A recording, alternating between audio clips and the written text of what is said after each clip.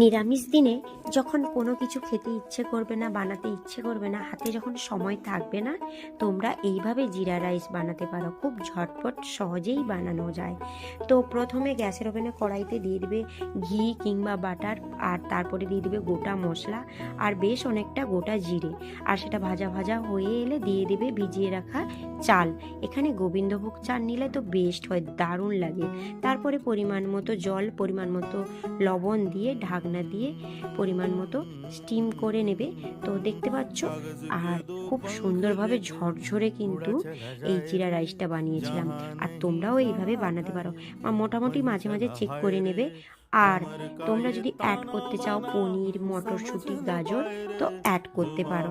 তো এমন একটা রেসিপি, খুব সহজে আর কম সময়েও হয়ে যাবে। আর কোনো কিছু লাগবে না, যখন নিরামিষ দিনে কিছু বানাতে ইচ্ছে করবে না, এই রেসিপিটা বানাতে